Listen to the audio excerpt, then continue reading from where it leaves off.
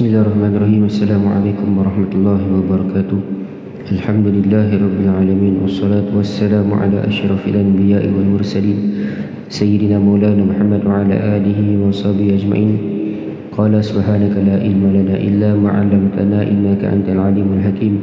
Wa la hawla wa la quwwata illa billahil aliyyil azim. Allahumma shalli ala sayyidina Muhammad al-Fatih lima ughliq wal khatimi lima sabaq ناصر الحق بالحق والهادي إلى صراطك المستقيم صلى الله عليه وعلى آله وصحبه حق قدره ومقدار العظيم. بسم الله رب العظيم ورسول الكريم والملائكة المقربين. الصلاة والسلام عليك يا سيدي يا رسول الله، خذ بيدي قلت سيلتي أدركني. لا إله إلا الله وحده لا شريك له، له الملك وله الحمد وهو على كل شيء قدير. ما بعد. Alhamdulillah, bersyukur kita kepada Allah kerana dapat kita menyambung kembali pembacaan hadis Syama'il Muhammadiyah disusun oleh Al-Imam Tirmizi rahimahullah ta'ala, dan kita bersambung kembali pada bab yang kedua berkenaan dengan khatamun nubuwah ataupun cap kenabian ataupun tanda kenabian. Kita masuk pada hadis yang ke-21, yakni berkenaan dengan rupa khatam, rupa cap kenabian. Qala mu'allifu rahimahullah ta'ala wa nafa'ana bihi wa bi'ulumihi wa barakatihi fid darin amin. An Abi Nadrah al-Auki qala sa'altu Aba Sa'id al-Khudri an radhiyallahu anhu أن خاتمي رسول الله صلى الله عليه وسلم يعني خاتما نبوة، فقال كان في ظهره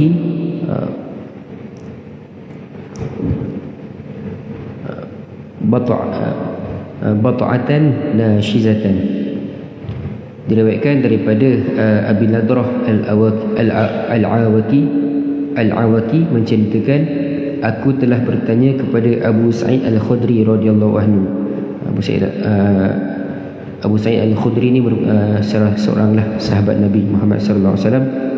Jadinya Abi Nadrah al-Awaki menceritakan dia bertanya kepada Abu Sa'id al-Khudri berkenaan dengan khatam Rasulullah, yakni khatamun nubuwah.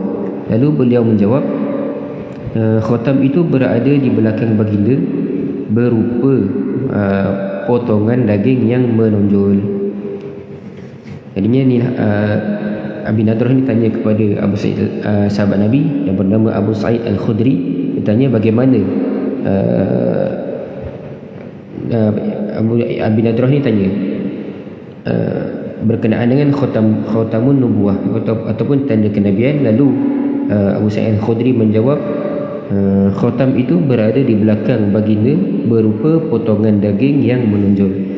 Walaupun dia nampak seakan-akan tidak sama seperti mana hadis-hadis yang di awal. Hadis-hadis yang di awal tu kata inilah ada beberapa gambaran ataupun rupa khatam Nabi ni. Jadinya hadis ini dia memberi pengertian bahawa khatam itu merupakan satu potongan daging yang timbul di atas permukaan kulit.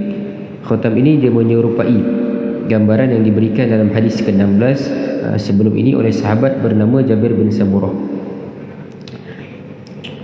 Jadinya menurut menurut Imam Qurtubi, Imam Al-Qurtubi dia mengatakan riwayat-riwayat yang sabit ataupun telah jelas menyepakati bahawa khatam nubuwah itu berupa sesuatu yang nampak timbul pada badan Nabi Muhammad sallallahu alaihi wasallam, berwarna kemerahan, berada di sebelah tulang belikat kiri. Saiznya sebesar telur burung merpati ketika mengecil dan sebesar penumbuk ketika membesar. Jadinya kata Imam Al-Qurtubi, Imam Qurtubi kata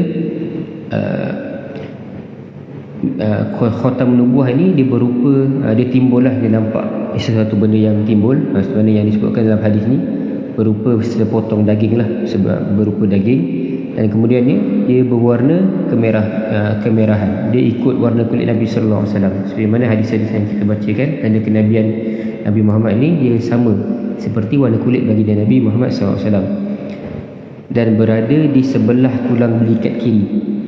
Sebab hadis itu mengatakan bahawa tulang khatam nubuah itu berada di antara kedua bahu ataupun kedua-dua belikat Nabi. Jadi yang lebih tepat kedudukannya adalah khatam Nabi ini ataupun cap kenabian ini dia berada bertentangan dengan jantung. Sebagai contoh, jantung kita dekat sini, jantung kita dekat dekat tengah, dekat condong sikit ke kiri, dan dia bertentangan. So maknanya belakang ni lah, ada kat belakang dia samalah kedudukan jantung dan juga kedudukan khatam Nabi itu dia selain sama, tapi berada di belakang. Lepas tu hadis yang sebelum ni mengatakan bahawa khatam Nabi itu dia sebesar telur burung merpati.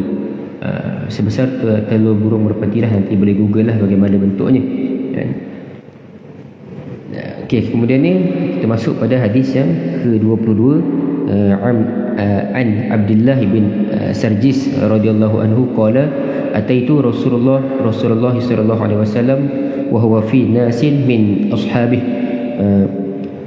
fadurtu hakadha min khalfi fa'arafa alladhi uridu fa'alqa ar-rida'a an dhahri fara'aitu mawdi'al khatami ala katifayhi mithla al-jum'i hawlaha khilanun ka'annaha thalil فرجعت حتى استقبلته فقلت غفر الله لك يا رسول الله فقال ولك فقال القوم استغفر لك الله استغفر لك رسول الله صلى الله عليه وسلم فقال نعم ولكم ثم تلا هذه الآية واستغفر لذنبك وللمؤمنين والمؤمنات. Maksudnya diriwayatkan daripada Abdullah bin Sarjis radhiyallahu anhu qala, dia kata menceritakan aku datang berjumpa dengan Rasulullah SAW ketika baginda sedang bersama dengan beberapa orang sahabatnya. Aku berlegar sebegini di belakang baginda. Jadinya ni Abdullah bin Sarjis ni dia datang berjumpa dengan Nabi SAW ketika mana Nabi itu sedang bersama dengan beberapa orang sahabat Nabi yang lain lah. Kemudian ni Abdullah bin Sarjis ini dia berlegar sebegini di belakang baginda, dan kemudian ni baginda Nabi SAW menyadari apa yang aku kehendaki. Lalu baginda melepaskan selendang dari belakangnya sehingga aku dapat melihat tempat beradanya khatam ataupun cap kenabian di antara dua tulang belikat baginda yang kelihatan seperti genggaman tangan, dan di sekelilingnya tahi lalat seolah-olah ia seperti kutil-kutil atau ketuat. Jadi ni Abdullah bin Sarjis ini dia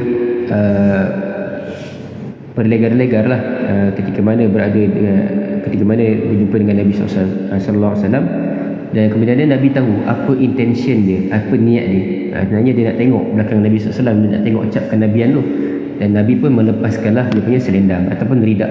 Dilepaskan ridak bagi Nabi sallallahu alaihi wasallam, dan dia dapat lihatlah Abdullah bin Sarjis ni dia dapat lihat tempat beradanya tanda kenabian tersebut. Dia dapat lihatlah tempat berada tanda kenabian tersebut, dan dia dapat melihatnya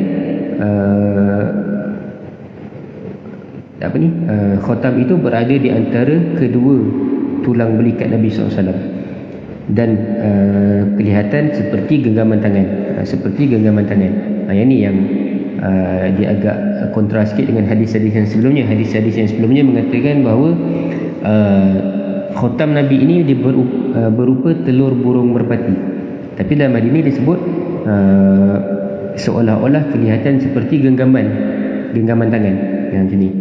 Nanti kita akan tengoklah ada beberapa pandangan yang akan menjelaskan berkenaan dengan maksud sebenar yang ingin disampaikan, tentang apa yang digambarkan lah. Dan sekitarnya tahi-tahi lalat seolah-olah ia seperti kutil-kutil atau ketuat. Setelah itu aku pun beredar dari belakang baginda sehingga aku berhadapan dengan baginda. Lalu aku berkata, Allah mengurniakan keampunan untukmu ya Rasulullah. Ini kata Abdullah bin Sarjis lepas daripada dia berada dekat belakang. Lepas tu dia berhadapan pula dengan Nabi SAW. Dia kata, semoga Allah mengurniakan keampunan untukmu ya Rasulullah. Ini Abdullah bin Sarjis kata begitu kat Nabi SAW.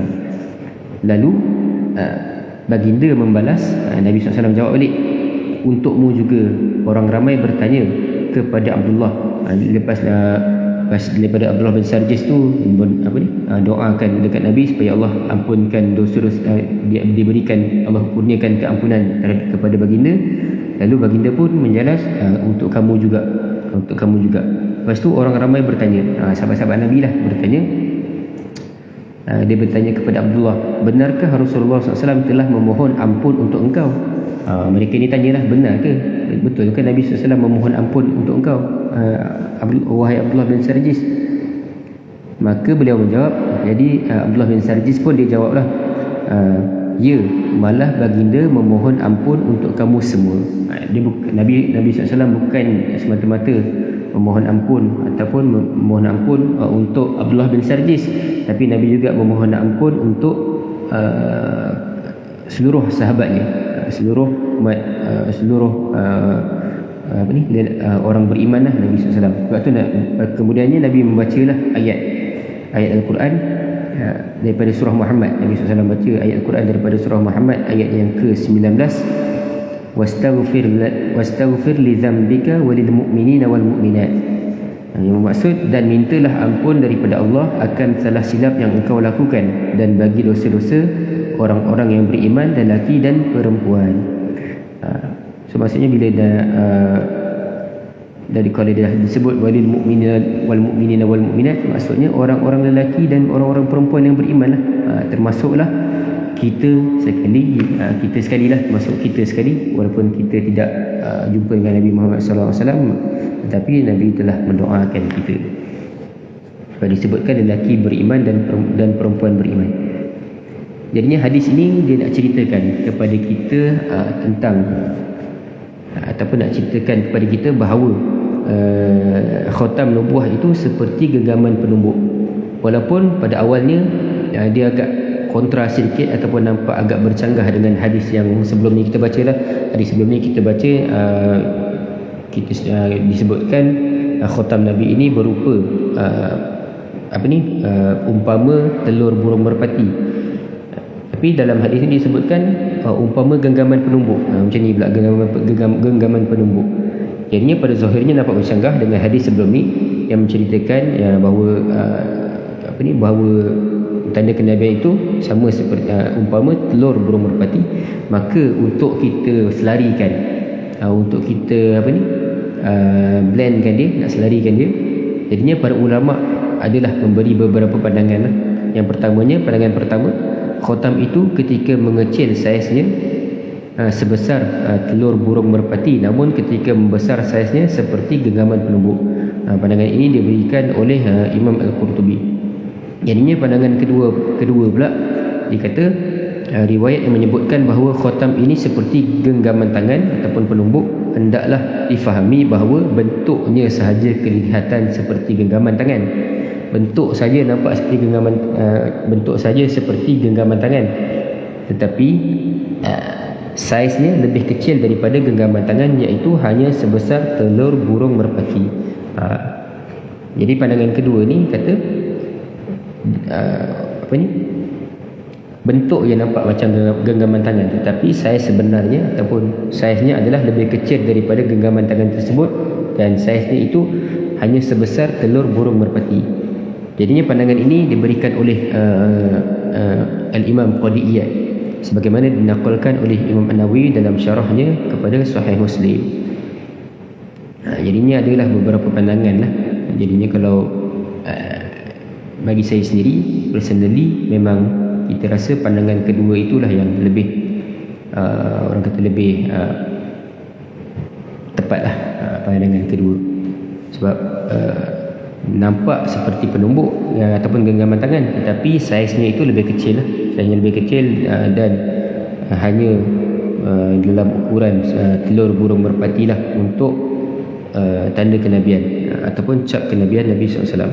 Ini selesai pada bab yang kedua berkenaan dengan khatam Nabi, dan insyaAllah kita akan masuk pada bab yang ketiga pada hari esok insyaAllah.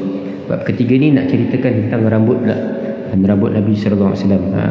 Seperti mana yang kita tahu, rambut Nabi ni ada tiga jenis, limah, jummah dan juga wafrah. Nanti kita akan ceritakanlah satu persatu bagaimana Nabi SAW sikat rambut, bagaimana panjangnya rambut Nabi itu. Ada tiga jenis kepanjangan lah.